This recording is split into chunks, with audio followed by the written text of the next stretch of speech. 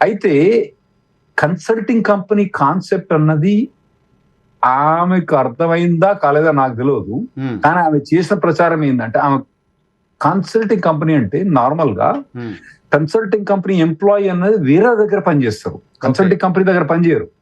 అంతే కదా. కంపెనీ అతని కాంట్రాక్ట్ కోకోకోలా కంపెనీ తోటి ఉందనుకోండి, కోకోకోలా పనిచేస్తాడు అక్కడ. లేదంటే ఈ మధ్య 2020 నుంచి ఏమైందంటే, అంతకుముందు నుంచి ఏమైందంటే రిమోట్ గా పనిచేస్తే వాడు ఇంటి నుంచి పని చేసుకుంటాడు. ఓకే. కానీ కంపెనీ అడ్రస్ తోటి పని చేసుకో.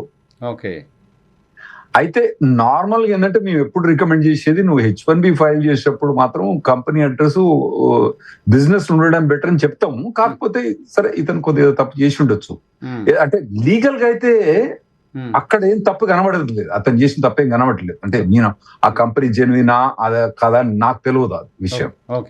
యా, ఒక కంపెనీ అన్నది అడ్రస్ హోమ్ అడ్రస్ లో ఉండొచ్చా? ఉండవచ్చు. కన్సల్టింగ్ కంపెనీ వాళ్ళు 23 మందిని వేరే దగ్గర ప్లేస్ చేయొచ్చా? అక్కడ ఒక 0% ఉండొచ్చా? ఉండొచ్చు, తప్పేం లేదు.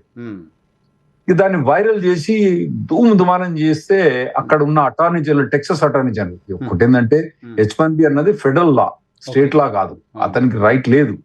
కానీ అతను కూడా ఇంటర్ఫియర్ అయిపోయి అతను కూడా ఏంటంటే ఇప్పుడు రాజ్యసభ అంటే మన సెనెట్ కి ఎలక్ట్ అయ్యడానికి ట్రై చేస్తుండ అతను.